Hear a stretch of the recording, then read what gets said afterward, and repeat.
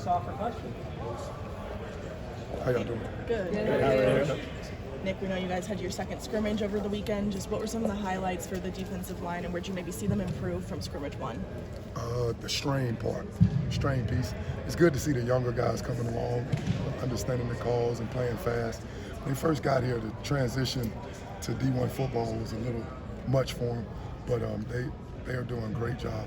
King and Jihad and Stan, Elijah Washington, all the young guys are coming along. But we got great leadership in the older guys, so it was good to see them strain, just play hard.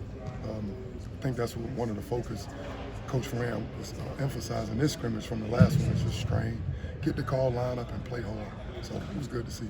What are some of the things you do with those younger players to get them up to college speed in such a short amount of time? You got to meet with them. You got to go over it. And then you have to put the burden of responsibility on them. They got to go home and review their calls, look in their playbook and study. Same way they study the lesson, which they're doing really good in the classroom. You have to take those same principles to learning the play. So you got to go home and look over it. The retention part for the young guys, just retaining the information. They may know it right then in the film room, but it's 2 days after that, if you ask them a question, can they still get it right? So I push them. Coach Kendall is doing a good job helping me, and we put a lot of stress and responsibilities on them. So they're doing good. Would you say the D-line as a whole is pretty close to having this playbook nailed, this team fully installed? Yeah, they work at it. They are, but we're going to install new calls, and there'll be a new set of rules and new terminology, and so they're learning. They do everything we ask them to do. I'm proud. I'm proud of them. I'm proud to be here. So I know Fadil and Dennis feel sort of like known commodities at this point. Who's sort of emerging maybe as their backups or the second unit for you? Well, we play together. We play as one. There's really no starters, no backups, but everyone. I'm pleased with everybody. Hastings and Chase, Dennis, Diggs, David O is doing a great job. We challenge each other in this competition every day, so we don't really have ones and twos and threes. We're just the D-line here at Syracuse. So when one guy's doing well, we're gonna cheer him on, and we keep the selfishness to a minimum, and it's all about the team. It's all about SU, so there's really no starters or second team or third team. We just one defensive line, one unit. What has it been like to coach Fadil once again and continue that relationship you guys started at Texas A&M? It's been a blessing. He's gotten a lot better. Coach Price and Coach E did a great job with him. But it's good to have an older leadership role guy in the room. We look at him when we need things done correctly. I can easily say, hey, look at 10. He's doing it the right way, but he pushes every day. He's got to get better, because that next level is, you don't go there to develop, you gotta go there to survive. So he's still got to develop and get in better shape and run to the ball and continue to build his football IQ. Because when you get on that level, they're gonna want to know what we did. So I challenge him to think like a coach. How do you feel like his SEC experience has helped him transition into this new school here at Syracuse? He was good with the way we practice because he's used to practicing hard. So the transition wasn't bad for him. I think we practice harder than I've ever been. All the places I've been at, I think we practice the hardest here. So he even said that, we get after it. So he had learned a little curve he had to get over, but he got over it quickly because he has a strong mind. So it helped him. It helped him coming from A&M. Coach, yes, how would you describe Coach Robinson's coaching style? Big bear, man. When he raised his voice, man, it's kind of scary. But he's the GOAT in this game, man. So, I do a lot of yelling because I want to get my point across sometimes, and I get passionate. But Coach E, man, he doesn't have to. When he talks, everybody listens. I'm still learning so much. I thought I had him down pat, okay, I know a lot of Coach E drills. Shoot, now I'm like, man, he in his bag. So I love learning from Coach E. We all look up to Coach E. He's one of the best in the game. And his knowledge of the game, he has so many different ways to do the same thing.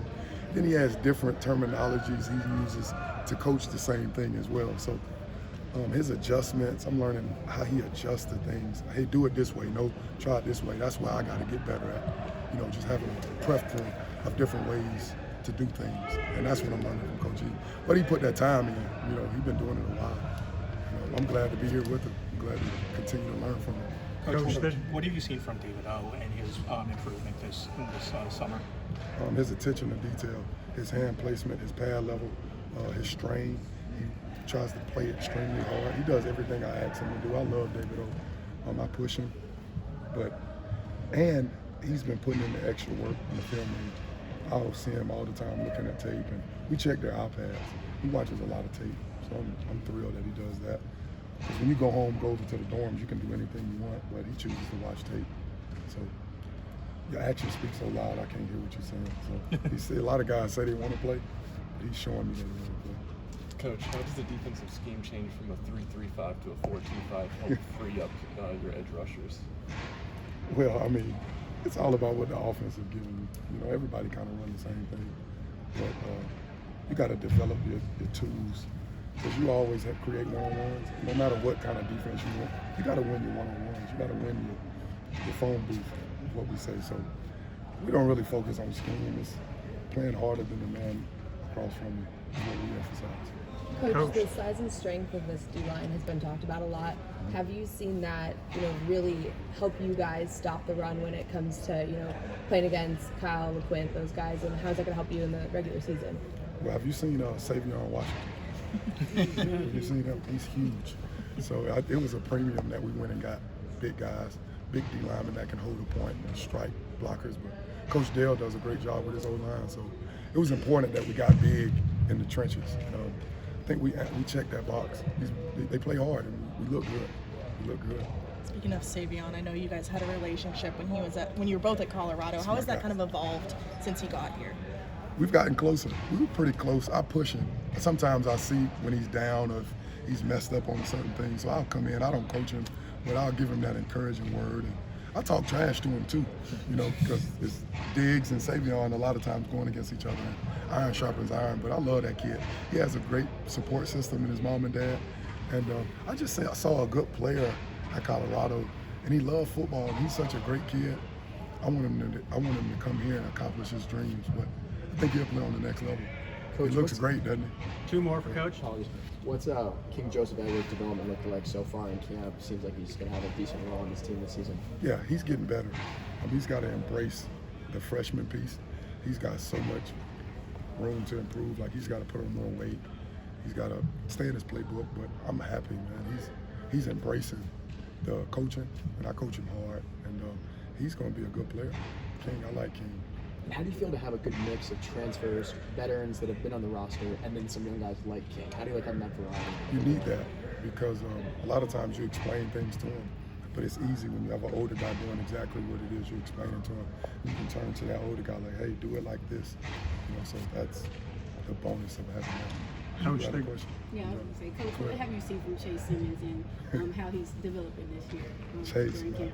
my tough guy. He's just so tough, and he just fights and fights. He's had a lot of injuries.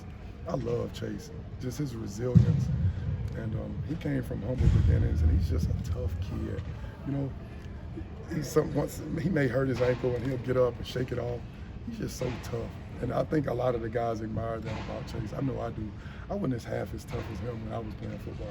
But he'll throw his body around. He doesn't care about his body. He plays the game the way it's supposed to be played. Now, I love watching him. Mr. Crash Out, that's what I call him. Coach, you had to, as a staff, you guys had to sort of get to know so many new players, and then I presume you had to assess them to know what to teach them.